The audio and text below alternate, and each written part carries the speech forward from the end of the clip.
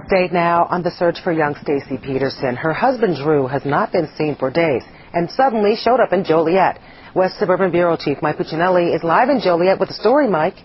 Diane, our news partner, the Naperville Sun, observed Drew Peterson leaving the courthouse annex at 3:30 today. We had heard he was going to be there for grand jury proceedings, but officials wouldn't confirm that. So I went up to the coroner's office on the 4th floor where Drew Peterson was seen and was quickly met by an official who asked that I respectfully leave. I said, well, isn't this a public building? And he said, not today. That as prosecutors continue to discuss whether to exhume the body of Drew Peterson's third wife.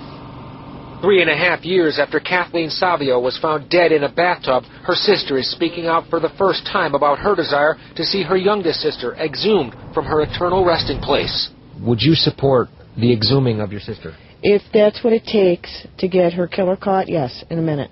That's because Anna Doman says Kathleen always believed that her husband, Drew Peterson, would hurt her. She told me she'd never make the end of the divorce, but she would never make the property settlement. She knew it.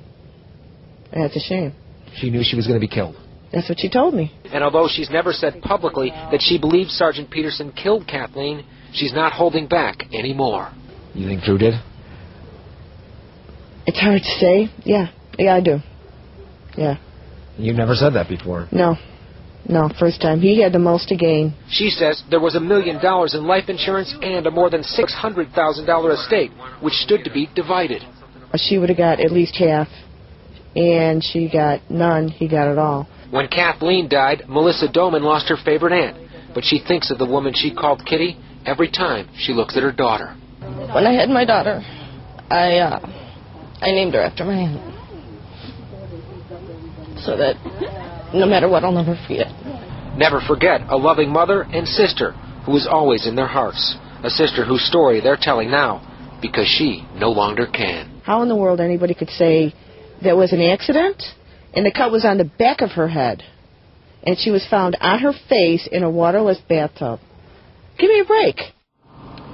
Now, we tried to reach Drew Peterson today, but he didn't return our calls. Doman says she has not talked with police since Stacy Peterson went missing.